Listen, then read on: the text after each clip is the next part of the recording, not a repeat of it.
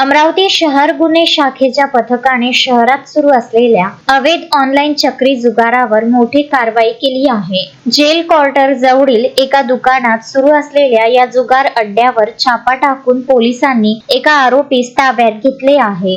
तुषार सरदार, वय 27 वर्ष, राहणार आदर्श नगर, गोपालनगर, अमरावती असे ताब्यात घेतलेल्या आरोपीचे नाव आहे। आरोपीकडून नगदी व ऑनलाईन जुगार खेळाचे साहित्य असा एकूण 33,710 रुपये किमतीचा मुद्देमाल जप्त करण्यात आला। गुन्हे शाखेच्या पथकाला मिळालेल्या गुप्त माहितीच्या आधारे ही कारवाई करण्यात आली। दुकानातील टीव्ही स्क्रीनवर फन टार्गेट आणि गोल्डन चान्स या वेबसाईटच्या माध्यमातून अवैध ऑनलाईन चक्री जुगार खेळवला जात असल्याचे निदर्शनास आले। आरोपी विरुद्ध फ्रेजरपुरा पोलीस स्टेशनमध्ये महाराष्ट्र जुगार अधिनियम कलमान्वये गुन्हा दाखल करण्यात आला आहे। शोएब खान, विदर्भ न्यूज, अमरावती।